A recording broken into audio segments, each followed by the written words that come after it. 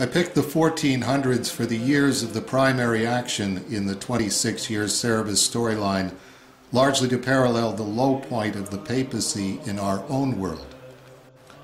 It's quite a checklist.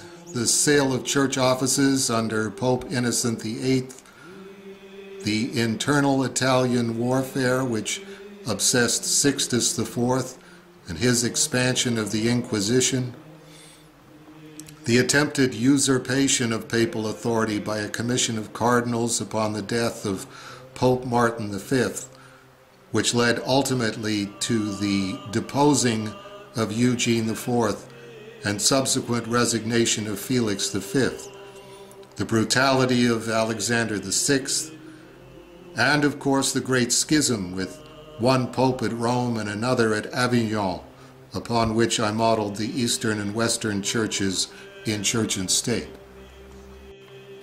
I was always amazed at how people were so gleeful that I was, quote, trashing the church, unquote.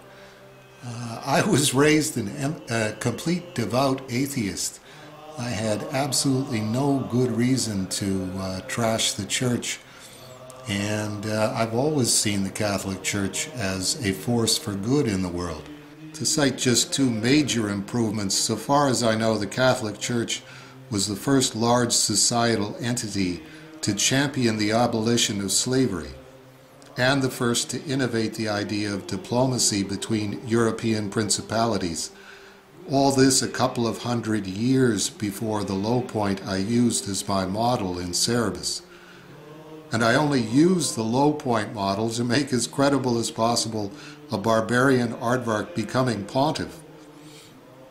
If it was going to happen, it was going to happen in the 1400s.